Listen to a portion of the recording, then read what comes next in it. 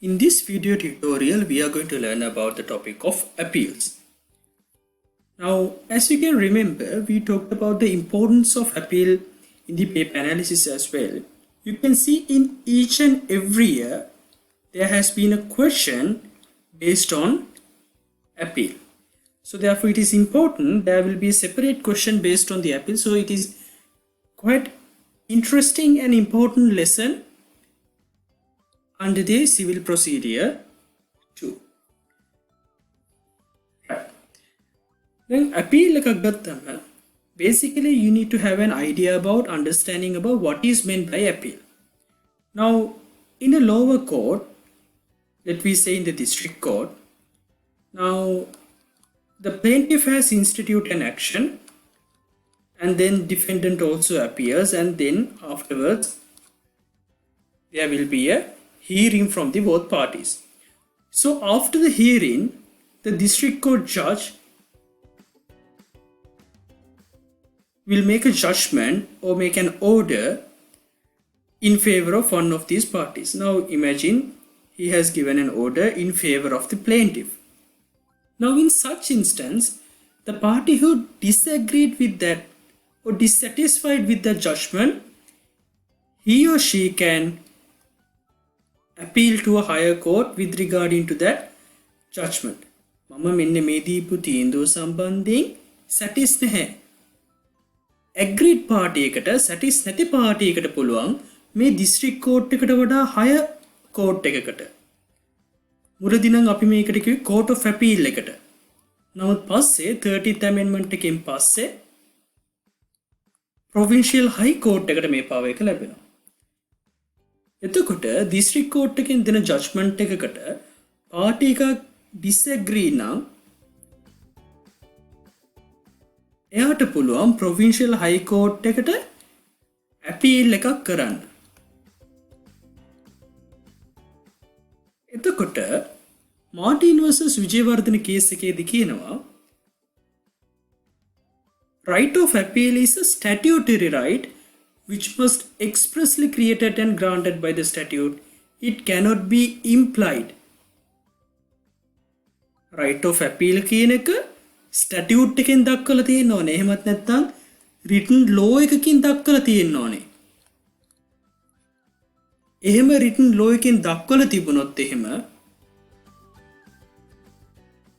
මෙන්න මේ සිදුවීම සම්බන්ධයෙන් ඔයාට action එකක් institute කරන්න පුළුවන් මේ court එකේ. ඒ court එකෙන් දෙන judgment එකකට against ඔයාට higher court එකකට appeal කරන්න පුළුවන් කියලා statute එකකින් expressly දීලා තිබ්බොත් ඔයාට right එකක් තියෙනවා appeal වලට. එහෙම නැත්නම් අපිට implied කරන්න බෑ කියලා Martin versus Vijayawardena case එකේදී help කරනවා. right? ඔය idea එකත් එක්ක දැන් අපි බලමු. දැන් මේක තමයි basic idea එක. appeal එකක් කියන්නේ ඕක. හැබැයි ඊට වඩා ගොඩක් දේවල් අපිට appeal යටතේ කතා කරන්න තියෙනවා. Now we are going to learn in detail what is meant by appeal, how you are filing an appeal, and what are the types of appeal. Likewise, we are going to learn in detail on the subject of lesson of appeal. Now there are two main types of appeals. They call final appeal and interlocutory appeal. Now final appeal means appeal from a final judgment. Interlocutory appeal means appeal from order.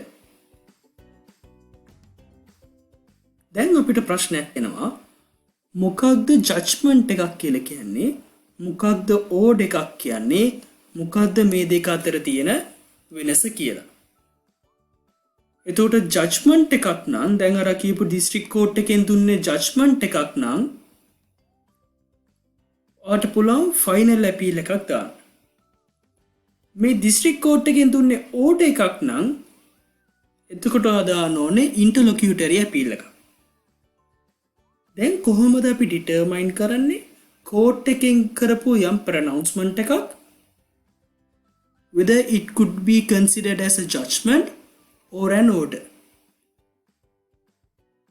දැන් මෙතන පොඩි grey area එකක් තියෙනවා. දැන් අපි බලමු final appeal එකක් කොහොමද determine කරන්නේ, interlocutory appeal කියන්නේ මොකද්ද, ඒ දෙක ඩිටර්මයින් කරගන්න නම් අපි මේ ජජ්මන්ට් එකක් සහ ඕඩර් එකක් කියන එක අතරේ වෙනස හොයන්න ඕනේ. So now we are going to learn about the distinction between judgment and order. Section 754 subsection 5 provides a definition as to what is meant by judgment and what is meant by order.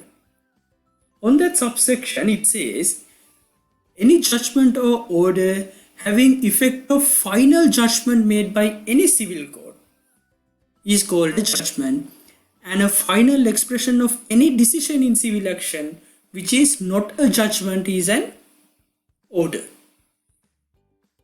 And ඕක ඔය විදිහට define කරාට මේකෙන් හරි clear අයිඩියාවක් අපිට එන්නේ නැහැ. ඒ නිසා අපි බේසික් අයිඩියා එකක් ගමු. ජජ්මන්ට් එකක් කියලා කියන්නේ ඕඩර් එකක් කියලා කියන්නේ මොකද්ද කියන එකේදී දිස්ත්‍රික් කෝට් එක විසින් අන්තිමටම කරන දේ ඩිවෝස් එකක් නම් ඩිවෝස් එක ග්‍රාන්ට් කරනවා කියලා දෙන ඕඩර් එක. මෙන්න මේ ප්‍රොනවුන්ස්මන්ට් එකට අපි කියනවා ඩිවෝස් එක දෙන ප්‍රොනවුන්ස්මන්ට් එකට කියනවා ජජ්මන්ට් එකක් කියලා.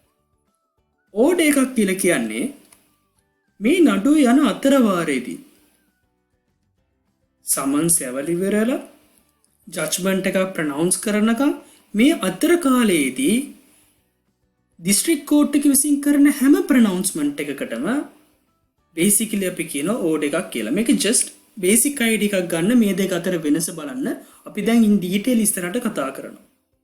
එතකොට ඕඩර් එකක් කියලා කියන්නේ හරියටම අර නඩුව පටන් ගත්ත දවස් ඉඳන් ඉවර වෙන දවස කෙනකයි. කියන්නේ ජජ්මන්ට් එක දෙනකම් මේ අතර කාලයේදී දෙන ඕඩර්ස් තියෙනවා නම් දෙන නියෝග තියෙනවා නම් අපි ඒවට කියනවා ඕඩර්ස් කියලා. Right? Now for an example,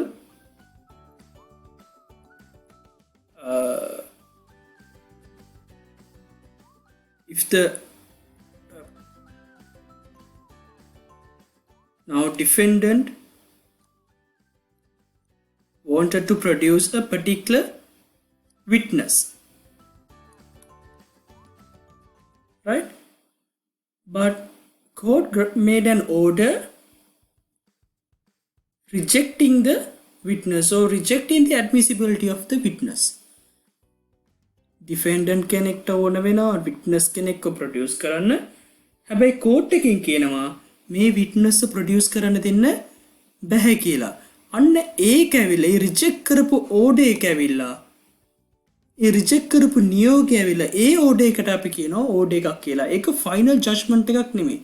එතකොට මේ ඕඩර් එක සම්බන්ධයෙන් වාට කරන්න පුළුවන් අපීල් එක තමයි ඉන්ටර්ලොකියුටරි අපීල් එක.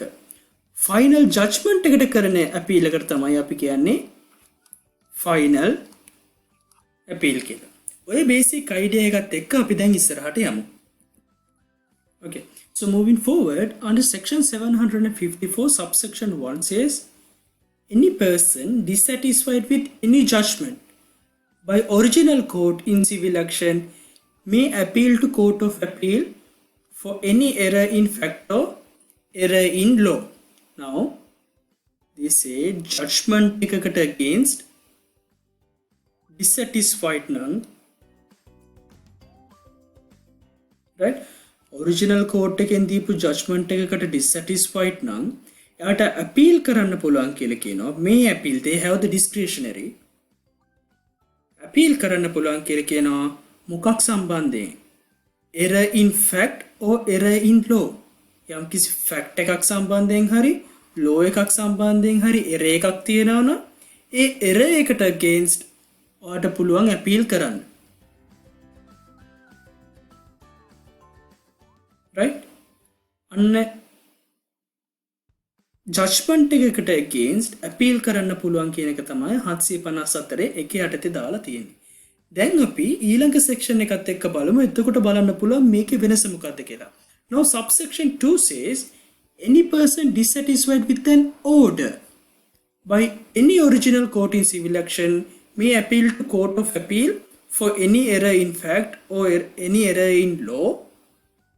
Now here's an additional statement in the subsection 2 with the leave of court of appeal. දැන් ජජ්මන්ට් එකක් සම්බන්ධයෙන් කෝට් එකේ පර්මිෂන් අවශ්‍ය වුණේ නැහැ අපීල් කරන්න. මෙතන එහෙම රික්වයර්මන්ට් එකක් දාලා නැහැ. හැබැයි සබ්සෙක්ෂන් 2 එකේ කියනවා ඕඩර් එකකට against appeal කරනවා නම් first of all you need to obtain the leave of the court or leave of the court of appeal in order to appeal such order. right? දැන් මේ හැමතැනම court of appeal කියලා කියනකොට section එකේ තිබුණාට මේ හැමතැනම කියන්නේ provincial high court එක ගැන. දැන් එතකොට 754 දෙකේ කියනවා permission එක ඕනේ judgment එකක් සම්බන්ධයෙන් appeal කරනවා නම් permission එකක් ඕනේ නැහැ. ඊට පස්සේ දැන් ප්‍රශ්නයක් එනවා. ඔය basic idea එකත් එක්ක දැන් ප්‍රශ්නයක් එනවා. How you determine whether it's a judgment or an order? So in order to determine that, you have to look at the requirements or requisites of a judgment. In Vyran Chetty vs. Ukkubanda case, it was held that whether a judgment in appeal is final depends on the circumstances of the case. Judgment එකක් finalද එහෙමත් නැත්නම් මේක නිකම් order එකක්ද කියන එක determine කරගන්න පුළුවන් යන්නේ case එකේ circumstances එක්ක. ඒ වගේම තමයි මේ circumstances එක්ක මේක decide කරගන්නකොට අපි බලන කාරණාව තමයි judgment එකේ මොනවද ලියලා තියෙන්නේ. එහෙමත් නැත්නම් මේ කරපු order එකේ තියෙන requisites මොනවද කියලා. දැන් අපි බලමු requisites of a judgment. This is very important area. Sometimes they have tested your knowledge specifically from this particular section. They directly ask you write the requisites of a judgment. So therefore you have to familiar with this case. It's not a lengthy case, but you have to remember what are the ingredients, what is the content of the judgment. Judgment එකක තියෙන අනිවාර්යයෙන්ම තිබිය යුතු දේවල් මොනවද? requirements මොනවද? requisites මොනවද කියන එක දාලා තියෙන්නේ section 187 වල. Now under 187 it says there must be a conscious statement of the case. case එක සම්බන්ධයෙන් පැහැදිලි සටහනක් තියෙන්න ඕනේ. And also it has to mention points for determination. What points you are going to determine in this? What points you have determined when you are making this particular judgment, and then you have to mention the decision you are making under this judgment. Then you have to mention the reasons for the judgment, and if there are any opinions you have to mention those opinions as well. Now if you take a divorce action, first of all you have to have conscious statement of the case. What are the important facts? And then among those facts you have to mention the points which you use to determine this judgment, and then you have to write the decision you have entered, whether you have allowed certain damages, whether you make any orders with regarding to the custody of the child. Likewise, the decision you are entering upon must be mentioned in the judgment, and then you have to mention the reasons. Now if you have allowed the custody to the father, you have to give reasons why you are providing the custody of the child to the father. Roman Dutch law concept වලට අනුව මොකක් හරි decide කරාද? නැත්නම් best interest of child කියන concept එක යටතේ තාත්තද එතන තිබිච්ච suitable option එක කියන එක, නැත්නම් preferential right of father කියන එකද? ඔය විදිහට මේ decision එකට ආපු reasons ටිකත් ඔය judgment එකේ දාන්න ඕනේ. සහ අවසානයේ opinions මොන හරි වගේ තියෙනවා නම් ඒ opinions දක්වන්න ඕනේ. ඔන්න ඔය කාරණා ටික අනිවාර්යයෙන්ම judgment එකක සඳහන් වෙන්න ඕනේ. then මේ judgment එකේ තියෙන දේවල් එක්කද අපි මෙතනදි කිව්වා when you are determined how to determine whether it's a judgment or not, or judgment or an order, you look at the requisites of the judgment. then judgment එකේ කරුණු ටික අපි දන්නවා. කොහොමද අපි ඒකෙන් ඩිටර්මයින් කරගන්නේ මේක ජජ්මන්ට් එකක්ද ඕඩර් එකක්ද කියලා? ඒක ඩිටර්මයින් කරන්න පුළුවන් ටෙස්ට් දෙකක් තියෙනවා. එකක් තමයි ඕඩර් අප්‍රෝච් ටෙස්ට් එක, අනිත් එකට අපි කියනවා ඇප්ලිකේෂන් අප්‍රෝච් ටෙස්ට් කියලා. Okay, so now we are going to learn about each of these tests separately. First of all, we are going to learn about order approach test. Right, in order approach test, order is considered to be final if it finally determine the matter in litigation. අධිකරණයෙන් කරන යම් ප්‍රකාශනයක් pronouncement එකක් අපි final order එකක් කියලා පිළිගන්නවා. එහෙමත් නැත්නම් judgment එකක් කියලා අපි පිළිගන්නවා. If it finally determine the matter in litigation. A නඩුවේ අන්තිමටම determine කරගන්න එක. Finally determine the matter in litigation. If it is so, we consider it as a judgment. Now in Siriwardana versus Eyalanka, it expresses a criteria to determine the decision is final judgment or not. Court එකෙන් ගන්න ලබන මොකක් හරි pronouncement එකක් final judgment එකක්ද එහෙමත් නැත්නම් order එකක්ද කියලා decide කරගන්න criteria එකක් මේ සිරිවර්ධන versus එයාලංකා කියන case එකේදී express කරනවා.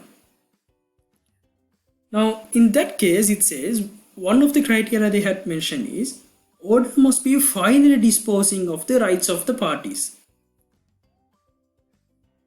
යම් කිසි order එකක් decision එකක් නිසා ඒ parties වල අන්තිමට මෙයාලගේ rights වලට දැනෙන විදිහට දෙයක් කරනවා නේද? custody එක සම්බන්ධයෙන් order එකක් දෙනවා නම් ඒ custody එක සම්බන්ධයෙන් තාත්තට custody එක දෙනවා. Now it is an order finally disposing the rights of the parties. Parties වල rights අවසාන වශයෙන් දක්වන අවස්ථාව. So we consider it as a final judgment. And another criteria set out in the Siriwardana case is after making the decision, the suit or the action must not left alive. මේ order එක කරාට පස්සේ තවදුරටත් නඩුවක් පවතින්න බෑ. තවදුරටත් නඩුව පවතිනවා නම් ඒ කියන්නේ මේක ඇවිල්ලා order එකක්. මේ decision එකෙන් පස්සේ නඩුව ඉවරයි නම් අපි ඒකට කියනවා judgment එකක් කියලා මේ සිරිවර්ධන case එකේදී කියනවා. The third criteria set out in the Siriwardana case is order must be determined in relation to the suit. Right? අපි order එක determine කරගන්නකොට ඒක මේ suit එකට අනුව මේ action එකට අනුව determine කරගන්න ඕනේ. එක නඩුවක කරපු custody order එකක් judgment එකක් වෙන්න පුළුවන්. තවත් නඩුවක කරන custody order එකක් final judgment එකක් නොවෙන්න පුළුවන්. ඒ නිසා final judgment එක determine කරගන්නකොට ඒ suit එකට අනුව ඒ action එකට අනුව determine කරගන්න ඕනේ. And also the final criteria set out in the Siriwardana case is important issue determined in the case is not enough to consider it to be a final judgment. Cardinal point එකක් එහෙමත් නැත්නම් වැදගත් issue එකක් determine කරා කියලා ඒක determine කරන decision එකක් කියන එක final judgment එකක් වෙන්න හේතුවක් නෙමෙයි. එහෙමත් නැත්නම් මේ case එකේ වැදගත්ම point එක determine කරාම මේ වැදගත්ම point එක සම්බන්ධයෙන් දෙන decision එක final judgment එකක් විදිහට අපිට consider කරන්න බෑ. ඒක final judgment එකක්ද කියලා consider කරන්න තවත් factors ගොඩක් බලපානවා.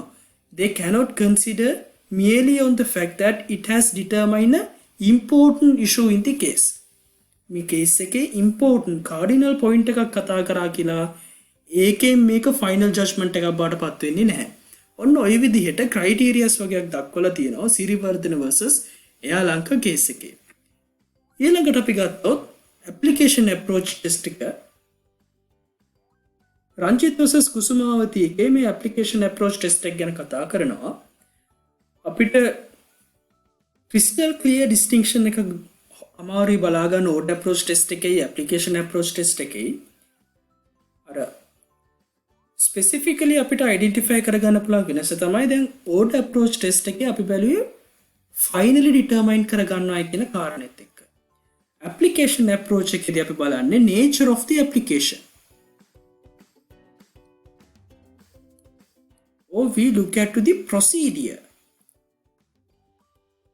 Now in Ranjit versus Kusumavati, it was held that order is final or interlocutory depend on the nature of the application. Now in here it says if finally determined the manner in litigation, it is considered as a judgment. Then කලින් එකේදී කිව්වෙත් finally determine කරගන්න දෙයකටම තමයි judgment එකක් කියලා. application approach එකෙත් කියනවා finally determine කරගන්න එක තමයි judgment එක කියලා. finally determine කරගන්න එක තමයි judgment එක. මේක decide කරගන්න test දෙකක් තමයි මේ කියන්නේ. කලින් එකේදී ඒක decide කරගන්න criteria වගේක් තියුණු සිරිවර්ධන versus ශ්‍රී ලංකා එකේදී. මේකෙදි බලන්නේ procedure එකත් එක්ක nature of application. මේකෙන් පුද්ගලයන්ගේ rights වලට බලපාන්නේ කොහොමද?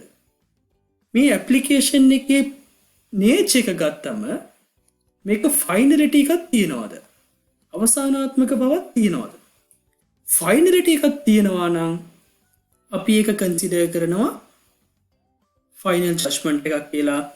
application එකේ nature එක ගත්තම මේක interlocutory නම් මේක finality එකක් නැතුව මේක නඩු අතරවාරයේදී කරුණු ලබන application එකක් නම් අන්න ඒකට අපි කියනවා interlocutory order එකක් කියලා. right? එතකොට application approach එකේදී බලන්නේ කරන application එකත් එක්ක. එහෙමත් නැත්නම් procedure එකත් එක්ක තමයි බලන්නේ මේක final ද interlocutory ද කියලා. order approach එකේදී බලන්නේ මේ order එක දුන්නේ පිළිවෙලක් ගත්තොත් කොයි අවස්ථාවේදීද? මුලදීද මැදදීද එහෙමත් නැත්නම් අවසානයේදීද? That is why it says after the decision the action must not left alive. මේ decision එකෙන් පස්සේ තවදුරටත් නඩුව යනවා නම් ඒක final judgment එකක් වෙන්නේ නැහැ. ඒ කියන්නේ මේක අතරෙමදී දීපු order එකක්. එහෙනම් ඒ order එක සම්බන්ධයෙන් අපි දාන්න ඕනේ මොන appeal එකක්ද? අපි දාන්න ඕනේ interlocutory appeal එකක්. මේ decision එකෙන් පස්සේ නඩුව ඉවරයි නම් ඒ කියන්නේ මේක final judgment එකක්. final judgment එක සම්බන්ධයෙන් අපි දාන appeal එකට කියනවා final appeal කියලා. දැන් ඔයාලට තේරෙනව නේද? interlocutory appeal එකක්. right? අපි මුලින්ම කතා කරපු final appeal එකක් සහ interlocutory appeal එකක්. දැන් අපි judgment එකක් code එකක් determine කරගන්න විදිය දැන් හොයාගත්තා. එතකොට ඒක අනුව තමයි අපි determine කරන්න අපි දාන්නේ final appeal එකක්ද එහෙමත් නැත්නම් interlocutory appeal එකක්ද කියලා. මොකද final appeal එකක් දානකොට තියෙන procedure එකයි ඒකෙදි අපි අනුගමනය කරන process එකයි interlocutory appeal එකකදී අපි apply කරන process එකයි completely different. ඒ නිසා අපි හරි appeal එක මොකක්ද කියලා හොයාගන්න ඕනේ. දැන් අපි කතා කරන්න යන්නේ consent judgment එකක් ගැන. අපි දැන් final appeal සහ interlocutory appeal එක ගැන කතා කරන්න කලින් තව එක පොඩි theoretical part එකක් තියෙනවා. consent judgment එකක් කියලා. දැන් example එකකට ගන්න land matter එකක් තියෙනවා. මේ ඉඩමට මේ උඩ තියෙන ඉඩමෙන් වහින දවස් වලට වතුර එනවයි කියලා ඔන්න දැන් dispute එකක් ඇති වෙලා තියෙනවා. right? මේක කන්ද උඩ තියෙන land එකක්. එතකොට අර physically geographically එක තියෙන විදිහත් එක්ක මේ පල්ලෙහා ඉඩමට වතුර එනවා. right? දැන් දෙගොල්ලොම කැමති නැහැ එයාලගේ ඉඩමෙන් කානුවක් කපන්න. එහෙමත් නැත්නම් ඉඩමෙන් යම් ප්‍රමාණයක් වෙන් කරන්න. ඒ නිසා දැන් මෙයාලා courts වලට ගිහිලා තියෙනවා මේක determine කරගන්න. දැන් ඊට පස්සේ මේ ප්‍රශ්නේ ආවන් පස්සේ උසාවියෙන් අපොයින්ට් කරන ඔෆිසර් කෙනෙක්ව අපි කියනකෝ municipal council එකේ ඔෆිසර් කෙනෙක්ව පත් කරනවා legal officer පත් කරනවා මේක solution එකක් හොයන නගර සභාව මට්ටමින් municipal council එකෙන් උත්තරයක් හොයන්න පුළුවන්ද කියලා. So the officer went to the land and he inspected, and after the inspection with the consent of the parties they decided to they agreed to certain decision made by that particular officer. දැන් මේ officer කියනවා ඔය දෙන්නගෙම සමානව යන විදිහට ඉඩමෙන් කොටසක් අරගෙන municipal council එකේ කොස්ට් එකෙන් අපි මෙතනට කානුවක් කපලා දෙන්නම් වතුර බහැලා යන විදිහට. So after the inspection, the officer suggest a decision or suggest a solution, and the both parties agreed to it. Now based on that settlement, district court of that particular district court which handled this case make a judgment based on the settlement or based on the decision made by that particular officer, and for that decision the both parties has consented. Now such settlement or such judgment is called as consent judgment.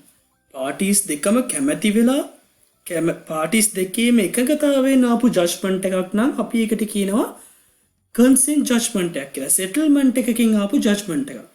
money recovery එකේදී parties දෙක කැමැති වෙනවා full amount එකට නෙමෙයි ඒකෙන් 75% වලට මේක settle කරා.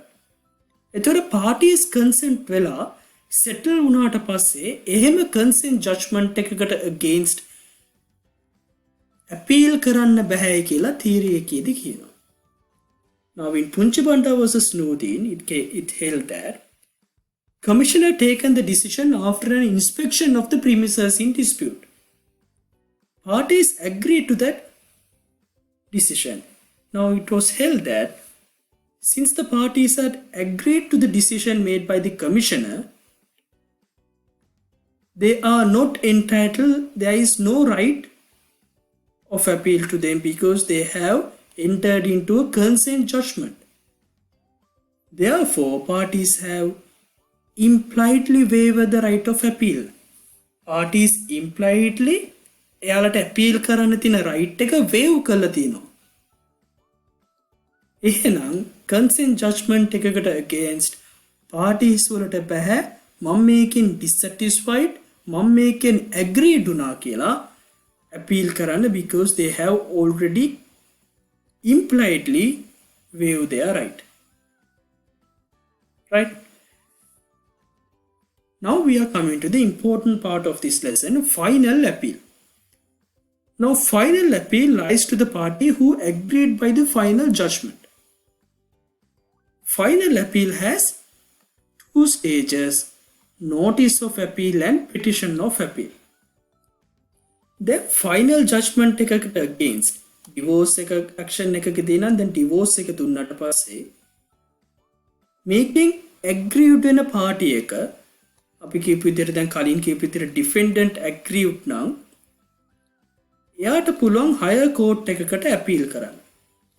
මේ appeal කරනකොට මේකේ කොටස් දෙකක් තියෙනවා. එකක් notice of appeal අනිත් එක petition of appeal. මොකද්ද මේ notice of appeal කියන්නේ? මොකද්ද මේ petition of appeal කියන්නේ කියලා දැන් අපි බලමු. First of all, let me learn about what is meant by notice of appeal. Now, notice of appeal is the first step of making a final appeal. Final appeal එකකදී අපි තියෙන පළවෙනි පියවර first step එක තමයි notice of appeal කියන්නේ.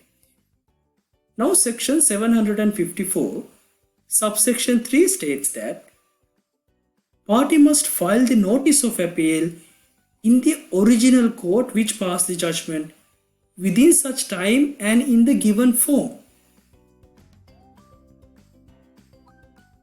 Original judgment එක original court එකෙන් දීපු judgment එක කියන්නේ district court එකේ මේ district court එකෙන් judgment එක දුන්නාට පස්සේ අපි මේ district court එකටම notice එකක් දෙන්න ඕනේ මේ දීපු judgment එකට against අපි appeal කරනවායි කියලා. එතකොට ඒක කරන්න ඕනේ අපි දැන් ඉස්සරහට කතා කරන section එකක දක්වලා තියෙන time period එක ඇතුළතදී සහ ඒ කියලා තියෙන format එකට අනුව. In Mahatun Mudali versus Neposinho case, it expressed the purpose of notice of appeal. It provided an answer to why there is a requirement for a notice of appeal. Now we tell that the effect of the notice of appeal is to inform the respondents that jurisdiction of the lower court will suspend when appeal is taken And also it is informing the respondent that it deprives the respondent right to enjoy the fruits of the victory. Then divorce එක දැම්මම ඒකෙන් orders වගේ දුන්නම in favor of plaintiff හිතාගෙන ඉන්නවා ඒ ලැබපු දේ දැන් එයාට ඒ ජජ්මන්ට් එකෙන් හම්බෙච්ච දේවල් දැන් එයාට enjoy කරන්න පුළුවන් කියලා. Enjoy the fruits of the victory. දරුවගේ කස්ටඩි එක සම්බන්ධයෙන් හෝ අපි money recovery එකක් නම් money කියමුකෝ ඒක ලීසි අපිට මෙතන එක්සැම්පල් එකකට ගන්න. මේ සල්ලි ටික දැන් එයාගේ entitlement එකක් කියලා එයාට ඒක enjoy කරන්න එයා හිතනවා. ඒක enjoy කරන්න බෑ. ඔයාට ඒ right එක නැහැ. මේ දීපු judgment එකට against අපි appeal කරනවායි කියලා. මෙතන respondent කියලා කියන්නේ original court එකේ judgment එකෙන් favor judgment එකක් ලැබිච්ච කෙනා. අන්න ඒ respondentව දැනුවත් කරන එක inform කරන එක තමයි notice of appeal එකේදී වෙන්නේ. ඒ වගේම තමයි එයාව inform කරනවා දැන් මේ money recovery එක එහෙමත් නැත්නම් divorce එක ඇහුවේ මෙන්න මේ particular district court එකෙන් දැන් මේ district court එකට කිසිම jurisdiction එකක් නැහැ මේ නඩුව සම්බන්ධයෙන්. දැන් මේක සම්බන්ධයෙන් jurisdiction එක තියෙන්නේ provincial high court එකට කියලා. ඔන්න ඔය කරුණු දෙක respondent notify කරන්න respondent inform කරන්න තමයි notice of appeal එකක් තියෙන්නේ. එහෙම නැත්නම් දවස් 14කින් විතර appeal එකක් දානකොට එහෙමත් නැත්නම් මාසිකින් appeal එකක් දානකොට අපි දැන් ඉස්සරහට කතා කරන time period එක මේ respondent මේ සල්ලි ටික පාවිච්චි කරලා නම් මේ judgment එකෙන් ලැබිච්ච victory එක enjoy කරලා තියනවා නම් ඒ fruit එක enjoy කරලා තියනවා නම් මේ appeal එක දානකින් වැඩක් නැහැ. appeal එකෙන් පස්සේ ගන්න දෙයක් නැහැ.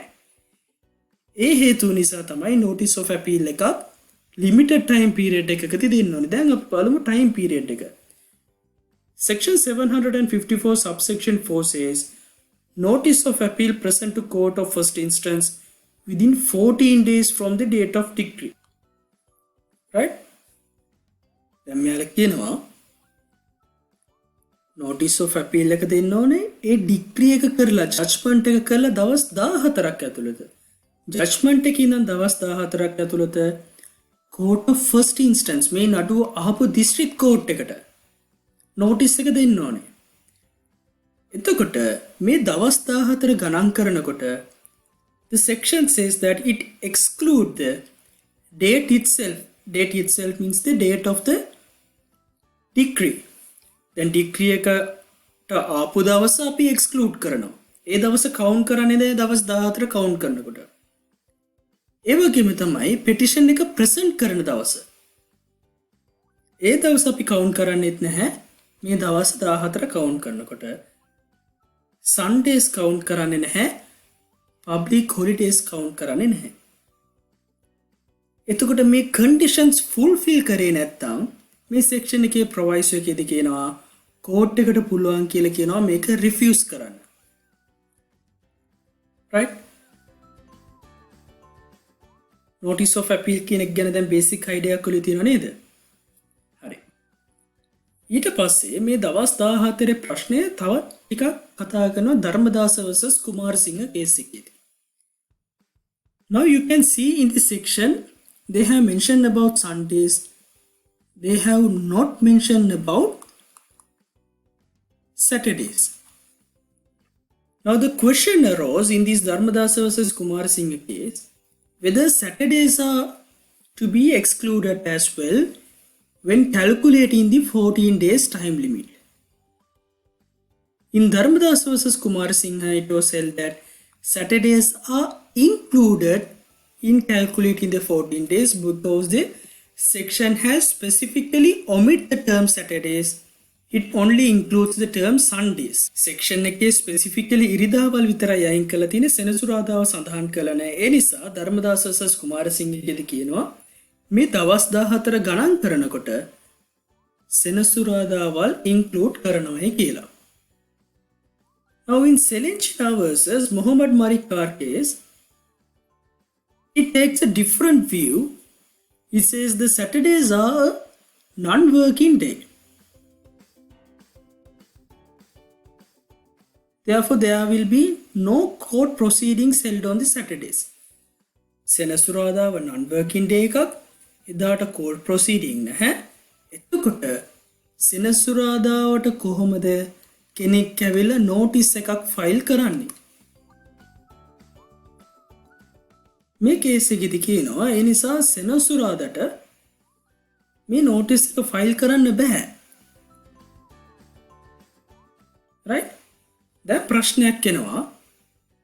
යම් time frame එකක් ගත්තම දවස් 14 ගත්තම 14 වෙනි දවස සිකුරාදාවක් නම් if the 14th day is a Friday අපිට 15 day එකේදීත් මේක ෆයිල් කරන්න පුළුවන්. මොකද section එකේ කියනවා the day of presenting the petition is excluded. right? petition එක ෆයිල් කරන දවස excluded. එහෙනම් සෙනසුරාදාට පුළුවන් අපිට මේක ෆයිල් කරන්න. හැබැයි සෙනසුරාදා කෝට් වහලා.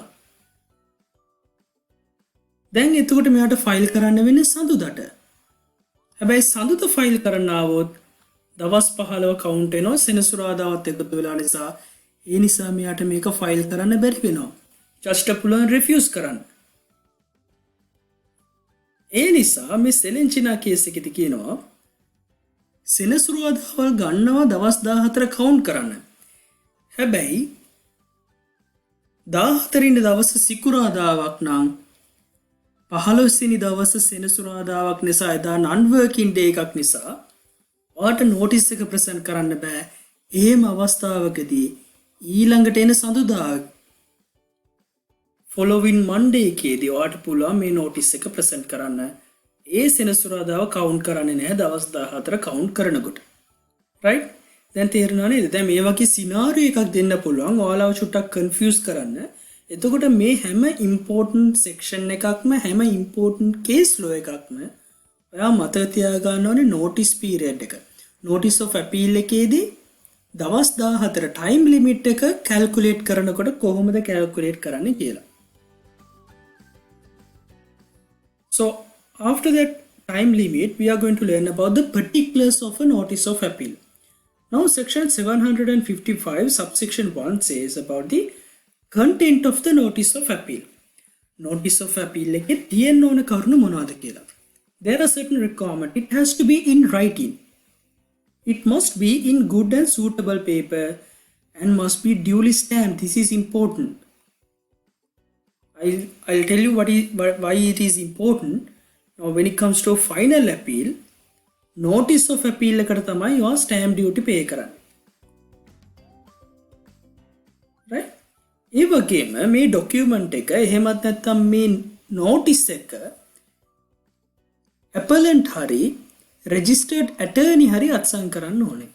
appellant කියලා කියන්නේ අර අපි කලින් කියපු උදාහරණ විදිහට plaintiff සහ defendant ඉන්නකොට defendant නම් dissatisfied defendant අපි කියනවා appellant defendant කියලා. plaintiff අපි කියනවා plaintiff respondent කියලා. right? appellant කියලා කියන්නේ මේ appeal එක දාන කෙනා නිසා ඒ appeal එකට respond කරන කෙනා නිසා අපි ඒකේ අනෙක් පාර්ටි එකට කියනවා respondent කියලා. right? දැන් කියනවා notice of appeal එකක් එක්ක මේ appellant sign කරන්න ඕනේ නැත්නම් එයාගේ attorney at law අත්සන් කරන්න ඕනේ කියලා.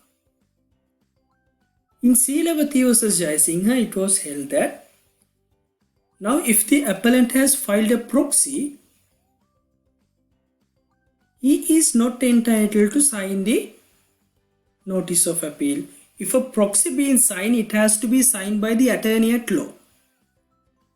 Party can only sign a notice of appeal when there is no proxy being filed. Proxy එකක් file කරලා බලේ දීලා තියෙනවා නම් appellant බෑ ඒක අත්සන් කරන්න. appellant ගේ attorney at law විතරයි ඒක අත්සන් කරන්න පුළුවන්. appellant ඒක අත්සන් කරන්න පුළුවන් වෙන්නේ attorney at law ගේ proxy එක revoke කරලා නම් හරි proxy එකක් දාලා නැත්නම් හරි ඒ කියන්නේ attorney at law කෙනෙක් නැත්නම් අන්න එතකොට appellant පුළුවන් මේක අත්සන් කරන්න. නැත්නම් මේ proxy එකේ සඳහන් attorney තමයි අත්සන් කරන්න ඕනේ කියලා සීලවති versus ජයසිංහ කේස් එකේදී කියනවා. දැන් ඔය process එකට ගියාට පස්සේ මේ notice of appeal එකේදී මෙන්න මේ කරුණු ටික තියෙන්න ඕනේ. It has to contain the name of the court which the appeal is preferred. දැන් මේ appeal එක දාන්නේ provincial high court එකට නම් ඒ provincial high court එකේ නම සඳහන් කරන්න ඕනේ. case number එක දැන් මේක district court එකේ ගියපු case number එක සඳහන් කරන්න ඕනේ. And then you have to enter the name and addresses of the parties to the action. Then district court එකේ ගියපු නඩුවේ plaintiff ගේ සහ defendant ගේ නම සහ addresses අපි දැන් දාන මේ notice of appeal එකේ දාන්න ඕනේ.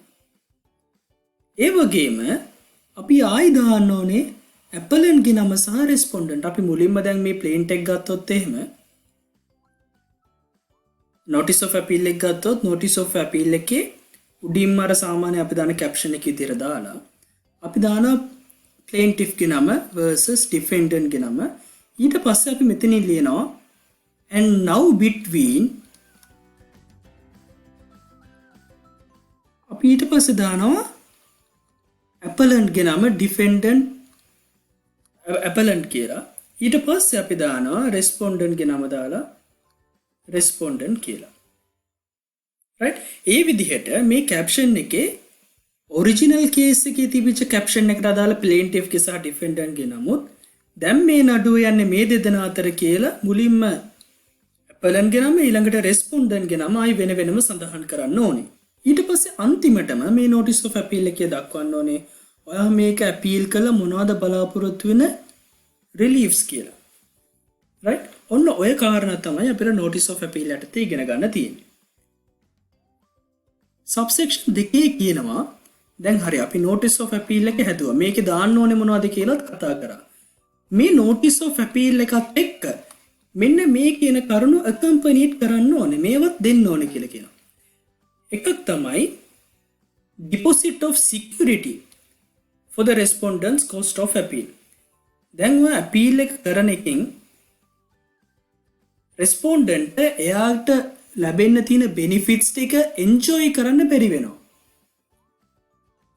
එතකොට එයා යම් කිසි කැපකිරීමක් කරනවා, එයාට යම් කිසි loss එකක් දරන්න වෙනවා, cost එකක් දරන්න වෙනවා මේ appeal එක සම්බන්ධයෙන්.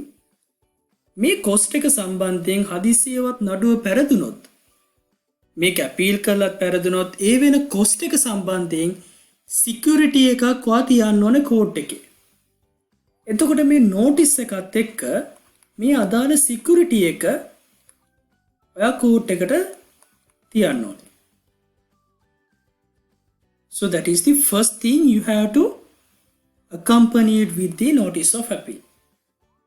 එතකොට මේකේ security එක සම්බන්ධයෙන් හරි Supreme Court rules ටිකක් නැහැ මෙන්න මෙච්චර amounts එහෙම කියලා. නමුත් මේ requirement එක තියෙනවා deposit කරන්න ඕනේ security එක respondent ගේ cost of appeal. appeal එක සම්බන්ධයෙන් respondent දරන්න වෙන cost එක සම්බන්ධයෙන් security එක deposit කරන්න ඕනේ. එහෙම නැත්නම් මේ security එක ලැබුණා කියලා acknowledgement එකක් හරි මේ security එක එපා කියලා waive එකක් හරි respondent අත්සන් කරලා දෙන්න ඕනේ. respondent කිව්වා කියලා නෑ මෙහෙම security එකක් ඕනේ නැහැ කියලා. ඒතොර security එක waive කරනවා නම් ඒ waive එකත් accompany කරන්න ඕනේ notice of appeal එකත් එක්ක. එතකොට එක්ක මේ දෙකෙන් එකක් වෙන්න ඕනේ. ඊට පස්සේ අනිවාර්යයෙන්ම proof of service of copy of notice to the respondent. appellant මොකද කරන්න ඕනේ? appellant මෙන්න මේ appeal එක සම්බන්ධයෙන් copy එකක් plaintiff ට යවුවයි කියලා එහෙමත් නැත්නම් respondent ට යවුවයි කියලා proof of service මේක register post යවනවා නම් register post එකේ දෙන ඒ receipt එක අලවලා එහෙමත් නැත්නම් මේ receipt එක මේ notice of appeal එකත් එක්ක දෙන්න ඕනේ. Now with the notice of appeal you have to accompany the deposit of security, or if it is not, the waiver of the security signed by the respondent, and also you have to provide a proof of service of a copy of the notice of the respondent. මේ final appeal එක සම්බන්ධයෙන් දෙන notice of appeal එකේ copy එක respondent යවුවයි කියන එක සම්බන්ධයෙන් proof එකක් මේ notice of appeal එකත් එක්ක දෙන්න ඕනේ.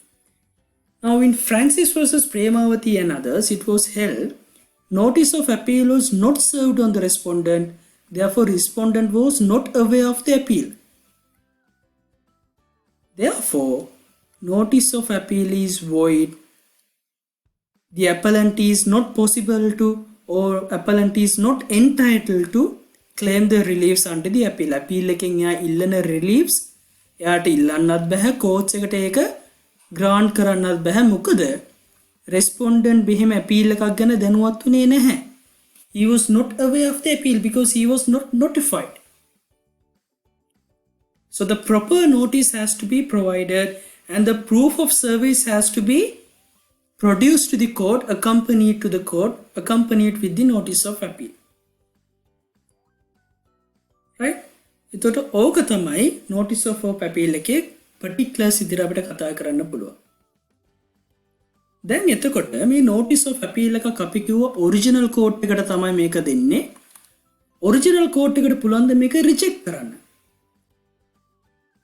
Section 754 subsection 4 says it empowers the original court to reject the notice due to non-compliance of the provision.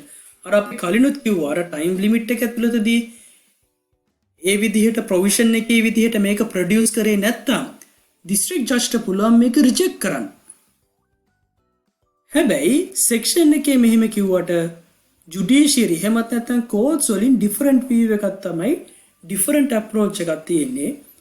මේක පෙන්නනවා express කරනවා ධර්මරත්න versus කුමාරි case එකේදී එතනදී කියනවා district judge has no power to reject a notice of appeal. What he can do is only he can ask to rectify any defects. Defects තියෙනවා නම් ඒව rectify කරන්න කියලා විතරයි අහන්න පුළුවන්. Reject කිරීමේ බලයක් නැහැ.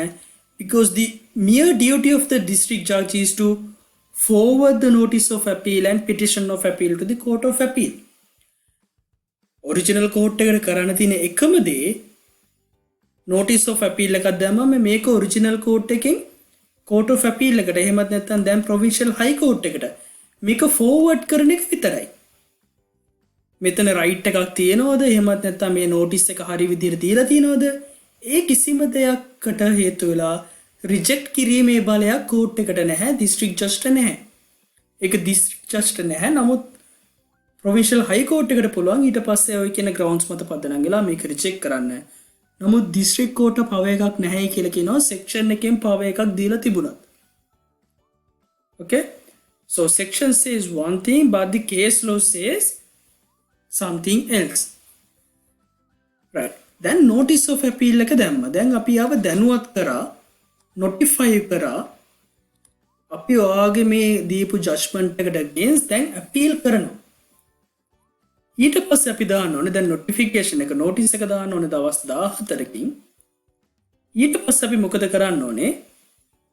petition of appeal එක. දැන් අපි හරියට appeal එක දාන්න ඕනේ. දැන් කලින් එකේ අපි හේතු දැම්මේ නැහැනේ. අපි නිකම්ම caption එක දැම්මා. මෙන්න මේවයි අපි ඉල්ලන reliefs ටික කියලා දැම්මා. stamp duty ගහුවා දුන්නා. petition of appeal එකක requirements දක්වලා තියෙනවා section 758. Now section 758 said it must be in writing in a good and suitable paper and must contain name of the court which the case is pending. දැන් මේ නඩුව යන district court එකේ නම. ඒ වගේම ඒක දාන්න ඕනේ name of the parties to the action and the names of the appellant and respondent. අර අපි කලින් කියපු විදිහට district court එකේ නඩුව යනකොට plaintiff ගේ නම, defendant ගේ නම and now between කියලා respondent ගේ නම, appellant ගේ නම, ඊට පස්සේ අපි respondent ගේ නම සහ යාළගේ addresses මේ හැමදේම petition of appeal එකේ දාන්න ඕනේ. ඊට පස්සේ court of appeal එකේ එහෙමත් නැත්නම් provincial high court එකේ address එක අපි දාන්න ඕනේ. දැන් notice of appeal එකේ තිබ්බ නැති කරුණක් අපි petition of appeal එකේ දාන්න ඕනේ. plain and conscious statement of grounds of objection to the judgment. දැන් අපි මේකේ දාන්න ඕනේ අපි මොනවද base කරගෙන තියෙන grounds. money recovery matter එකකදී නම් අපි කියනවා මේකට appeal කරන්න මේකේ calculation errors තියෙනවා.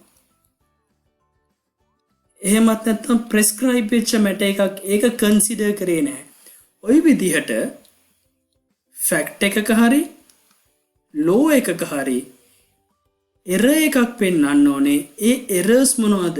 මේ grounds මොනවද කියන එක අපි ලියන්නට ඕනේ. එතකොට මේ grounds මොනවද කියලා අපි properly number කරන්නත් ඕනේ. ওই ටිකත් petition of appeal එකක තියෙන්න ඕනේ. ඊට පස්සේ grounds ටික දැම්මට පස්සේ මෙන්න මේවා තමයි අපි ඉල්ලන reliefs කියලා reliefs ටික දාන්න ඕනේ. So those are the requirements of a petition of appeal. And now we are going to learn about the time limit for filing a petition of appeal. Notice of appeal එකේ time limit එක කොච්චරද? notice of appeal එක file කරන්න ඕනේ දවස් කීයක් ඇතුළතද? දවස් 14ක් ඇතුළත. Within 14 days you have to file the notice of appeal. Now when it comes to petition of appeal, section 755 subsection 3 says the petition of appeal has to file within 60 days from the date of judgment, and it also has to present to the original court. No stamp duty need to be paid. දැන් ඔයාලට මතක ඇති මං කිව්වා notice of appeal හොඳට මතක තියාගන්න කියලා. notice of appeal එකේදී ඔයා stamp duty ගෙවුවා. දැන් ඔයා ආයි petition of appeal එකේදී ආයි stamp duty ගෙවන්න ඕනේ නැහැ. මොකද එහෙම වුණොත් එකම document එකට ඔයා දෙපාරක් stamp duty ගෙවනවා. දැන් notice of appeal එකේදී stamp duty ගෙවන නිසා ඔයා ආයි petition of appeal එකේදී stamp duty ගෙවන්න ඕනේ නැහැ. Proviso to the subsection say that if the petition of appeal not provided within 60 days, court shall refuse to receive the appeal. Then make it section එකේ කියනවා court එකට පුළුවන් කියලා මේක refuse කරන්න. හැබැයි කලින් අපි notice of appeal එකේදීත් කිව්වා court එකට empower කරලා තිබ්බට court එක power එක දීලා තිබුණට court එකට බැහැයි කියලා කියනවා refuse කරන්න. අර case එකේදී අපි කතා කරා court එක merely මේක බාර අරගෙන provincial high court එකට forward කරන එක විතරයි කරන්නේ, reject කරන්න බෑ. වැරදි තියෙනවා නම් rectify කරන්න කියලා return කරන්න පුළුවන්. හැබැයි reject කරන්න බෑ. right? දැන් ඊට පස්සේ අපි බලමු petition of appeal එකක් file කරන්නේ කොහොමද කියලා. Now section 755 subsection 4 says once you have filed a petition of appeal, it has to be forwarded to the court of appeal or provincial high court with all the papers of the court cases as speedily as possible. මේ නඩුවට අදාළ documents තියෙනවා නම් මේ documents සේරමත් එක්ක පුළුවන් ඉක්මනින් as speedily as possible court of appeal එකට හරි එහෙමත් නැත්නම් අපි දැන් කියනවා provincial high court එකට මේ petition of appeal එක forward කරන්න ඕනේ. එතකොට කවුද මේක forward කරන්න ඕනේ? ඒ first instance court එක, district court එක, එහෙමත් නැත්නම් original court එක තමයි මේ වැඩේ කරන්න ඕනේ. then petition එකක් reject කරනකොටත් section 755 subsection 4 කියනවා there is a requirement for an endorsement of the original court judge to mention whether there is a right of appeal or not. දැන් මේ petition of appeal එක යවනකොට මේකේ acknowledgement එකක් තියෙනවා district court judge ට දාන්න කියලා මේ කියන නඩුව සම්බන්ධයෙන් appeal කරන right එකක් තියෙනවද නැද්ද කියලා ලියන්න කියලා. දැන් මේ විදිහට endorsement එකක් කරන්න තිබුණට පිටසනක් කරන්න තිබ්බට endorsement එකක් කරන්න තිබ්බට ඒකෙන් power එකක් empower කරන්නේ නැහැ කියලා කියනවා district judge ට මේ petition එක reject කරන්න. මේ petition එක දාන right එකක් නැති වුණත් judge ගේ duty එක තමයි මේ petition එක provincial high court එකට forward කරන එක. එහෙනම් මේ endorsement එකක් දාන්න කියලා තියෙන ඒවා ඇවිල්ලා merely කරන්න තියෙන දේවල් මිසක් actual power එකක් නෙමෙයි. right? actually ගත්තොත් එහෙම real power එකක් විතර ගත්තොත් එහෙම district just power එකක් නැහැ. යාට තියෙන එකම duty එක මේක forward කිරීම provincial high court එකට. මේකෙදිත් අපිට අර ධර්මරත්න versus කුමාරි case එක ගන්න පුළුවන්. District court has no power to reject the petition of appeal. His mere duty is to forward the petition of appeal to the provincial high court or to the particular higher court. Right. දැන් අපි බලන්නේ interlocutory appeal එක කියන්නේ මොකක්ද කියලා. Now appeal from interlocutory or interim orders are called interlocutory appeal. It must make an application to leave against the interlocutory order by the original court. Original court එකෙන් අවසරයක් ගන්න ඕනේ මෙන්න මේ කියපු judgment එකට against අපි appeal කරනවායි කියලා. Now it says leave to appeal not granted for every incidential order relating to admission or rejection of the evidence. Only if the incidential order goes to the roots of the matters. Then district court එකේ අපි evidences ගොඩක් produce කරනවා. එතකොට plaintiff ගේ පැත්ත තියෙනවා, defendant ගේ පැත්ත තියෙනවා. plaintiff ගේ පැත්තට දෙන හැම order එකක්ම plaintiff මොකක් කර produce කරන හැම evidence එකක්ම අපි කියනකෝ දැන් evidence 10ක් තියෙනවා නම් පළවෙනි evidence එක admit කරනවා. ඒ admit කරපු ගමන් ඒ admission එකට against appeal කරන්න බෑ interlocutory appeal කියලා. දෙවෙනි එක දාපු ගමන් ඒකටත් appeal කරනවා. මේ විදිහට මේ නඩුවට අදාළව කරන incidential orders හැම එකටම එරෙහිව appeal කරන right එකක් නැහැ. එහෙම වුණොත් එහෙම මේ නඩුව අහන්න වෙන්නේ නැහැ. හැම තිස්සෙම interlocutory appeals දාලා අනෙක් පාර්ශවයට පුළුවන් මේ නඩුව drag කරගෙන ඉස්සරහට අරන් යන්න. ඒ නිසා තමයි interlocutory appeal වලට leave එකක් අවශ්‍ය වෙන්නේ. දැන් final judgment එකට ඕනේ නැහැ. එක සැරේයි එක තියෙන්නේ. නඩුව ඉවරුනාම. එතකොට ආයි court එකේ අවසරයක් ඕනේ නැහැ. හැබැයි නඩුව අතරවාරයේ යන දෙයක් සම්බන්ධයෙන් order එකක් ගන්න නම් appeal කරන්න නම් ඒ court එකෙන් අවසරය ගන්න ඕනේ. ඒ වගේම ඒකට අවසරය දෙන්නේ හැම order එකකටම මේකට අවසරය දෙන්නේ නැහැ. මේ order එක මේ නඩුවේ විශේෂ දෙයක් වෙනවා නම් මේ නඩුවට වැදගත්ම දෙයක් වෙනවා නම් if it goes to the roots of the matter මේ නඩුවේ මුලටම ගිහිලා තියෙනවා නම් බලපෑමක් වෙන තැනකට ගිහිලා තියෙනවා නම් then the court will provide the permission or grant leave to appeal against such decision. Right? දැන් ඔයාලට තේරෙනවනේ interlocutory appeal එකක් ඇයි මේකට leave එකක් grant කරන්න කියලා. Right. Section 757 subsection 1 says every application must made by a petition duly stamped addressed to the provincial high court. Interlocutory appeal එකක් සම්බන්ධයෙන් කරන application එකක් petition එකක් විදිහට දෙන්න ඕනේ. මුද්දර ගාස්තු වලවන්න ඕනේ. provincial high court එකට address කරන්න ඕනේ. party එක sign කරන්න ඕනේ. මෙතනදිත් එහෙමයි. appellant මේ අත්සන් කරන්නේ attorney at law. appellant අත්සන් කරන්න පුළුවන් proxy එකක් නැත්නම් හරි proxy එක revoke කළා නම් හරි විතරයි. මේ petition එක හැමතිස්සෙම support කරන්න ඕනේ කියලා කියනවා affidavit එකක් එක්ක. So therefore you have to with an application you have to make a petition, affidavit, and also the petition has to be duly stamped. And also interlocutory appeal you have to present it to the court within 14 days of the order. මේ order එක සම්බන්ධයෙන් decision එක සම්බන්ධයෙන් appeal එකක් කරනවා නම් දවස් 14ක් ඇතුළතද මේ application එක affidavit එකක් එක්ක දාන්න ඕනේ. petition එක affidavit එකක් එක්ක දාන්න ඕනේ. එතකොට මේකේ time limit එකක් තියෙනවා leave to appeal grant කරන්න. Chettiyawas Cinema Limited එකේදී කියනවා මේක දවස් 14ක් ඇතුළත ෆයිල් කරන්න ඕනේ. දැන් කලින් section එකේ කිව්වනේ. එතකොට මෙතනදීත් අර ප්‍රශ්නේ එනවා දවස් 14 කොහොමද අපි calculate කරන්නේ? Now when you are counting the 14 days you exclude the date of the order, Sundays, public holidays and the date of filing.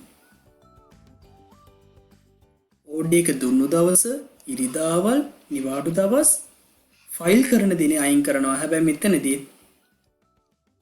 සැටර්ඩේස් ගැන කියන්නේ නැහැ.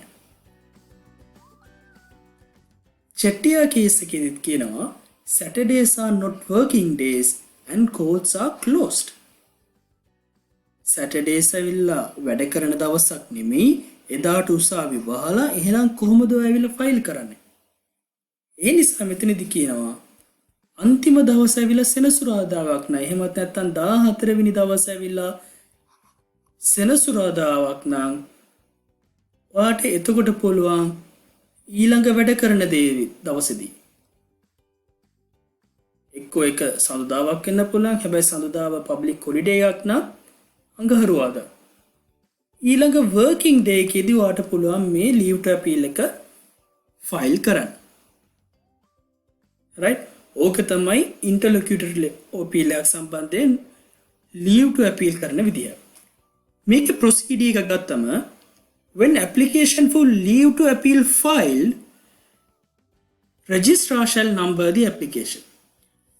leave to appeal එකක් ෆයිල් කරාම මේකට නම්බර් එකක් දෙන්න ඕනේ. නම්බර් එකක් දීලා මොකද කරන්න ඕනේ? මේක යවන්න ඕනේ කාටද? ඒ රෙස්පොන්ඩන්ට්ලට යවන්න ඕනේ රෙජිස්ටර්ඩ් පෝස්ට් එකකින්. දැන් කලින් ෆයිනල් ජජ්මන්ට් එකක් සම්බන්ධයෙන් නෝටිස් ඔෆ් අපීල් දෙනකොට ඒ නෝටිස් ඔෆ් අපීල් එක දුන්නයි කියලා මේ නෝටිස් එක යවන රෙස්පොන්සිබිලිටි එක තිබුණේ ඇපලන්ට්. හැබැයි ඉන්ටර්ලොකියුටර් අපීල් එකකදී ලීව් ටු අපීල් කරනකොට මේක අනෙක් පාර්ශවයට එහෙමත් නැත්නම් රෙස්පොන්ඩන්ට් මේක යවන ඩියුටි එක තියෙන්නේ රෙජිස්ට්‍රාර්ට. එහෙමත් නැත්නම් කෝට් එකට. කෝට් එක තමයි රෙජිස්ටර් පෝස්ට් මේක යවන්න ඕනේ. එතකොට මේක රෙජිස්ටර් පෝස්ට් යවනකොට රෙජිස්ටර් පෝස්ට් එකත් එක්ක මේකේ පිටිෂන් එක, මේකේ ඇෆිඩවිට් එක, ඊට අමතරව මොන හරි ඇනෙක්සස් තියෙනවනම් ඒ ඇනෙක්සස් සියල්ලම රෙජිස්ටර් පෝස්ට් එකේ අනිත් පාර්ට්කට යවන්න ඕනේ. ඒ වගේම මේ කියන ඉන්ටර්ලොකියුටර් අපීල් එක අහන හියරින් ඩේට් එකත් මේකේ මෙන්ෂන් කරන්න ඕනේ. මෙන්න මේ දවසේදී මේ සිදුවීම සම්බන්ධයෙන් ඉන්ටර්ලොකියුටර් අපීල් එකක් විභාග කරනවා කියලා. right?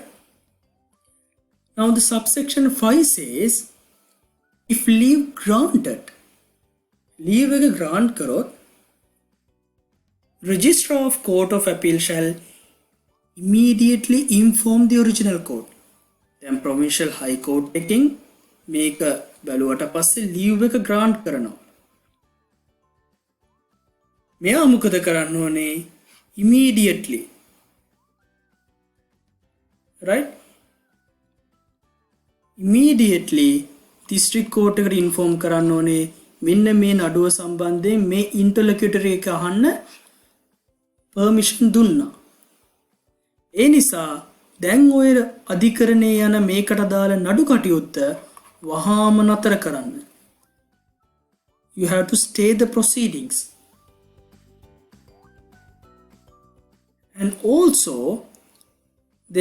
the provincial high court asked the district court send all the papers and proceedings in the case to the provincial high court as speedily as possible. නඩුව නතර කරන්න, ස්ටේ කරන්න, මේ නඩුවට අදාළ papers, proceedings හැකි ඉක්මනින් මේ නඩුවට අදාළ case file එක හැකි ඉක්මනින් provincial high court එකට එවන්න. right? So therefore when you have filed interlocutory appeal, if you are granted the leave, the original case will be stayed until the order given by the higher court. දැන් එතකොට මේ ඔයා දාන petition of appeal එකේ defects තිබුණොත් section 759 subsection 1 says if petition of appeal not drawn properly, it may rejected or returned to make necessary amendment, and reasons for rejecting the petition must be mentioned. මේක reject කරනවා නම් ඒකට හේතු දක්වලා reject කරන්න පුළුවන්.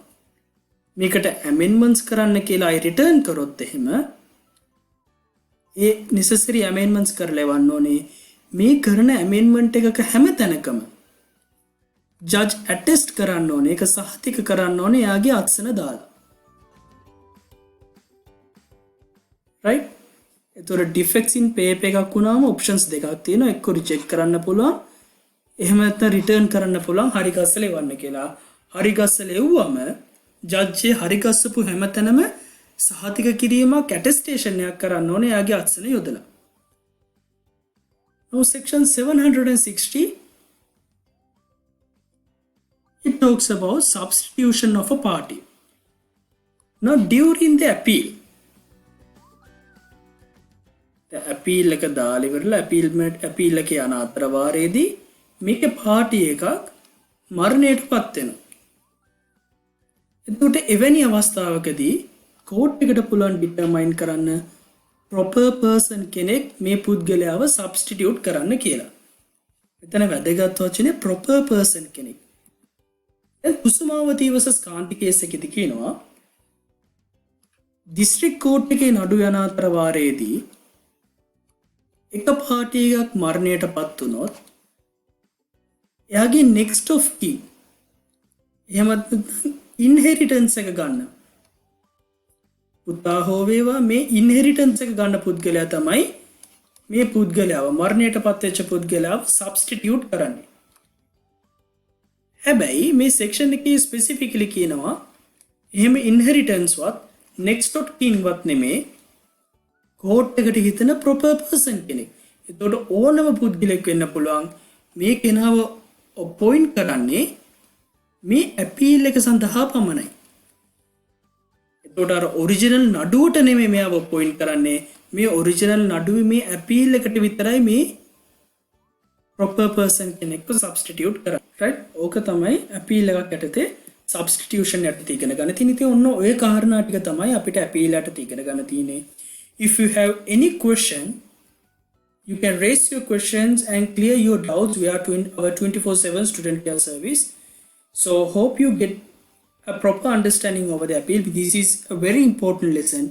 So if you have any questions, I repeatedly says that you can raise your questions in the aforesaid phone numbers, so you can properly prepare for the examination.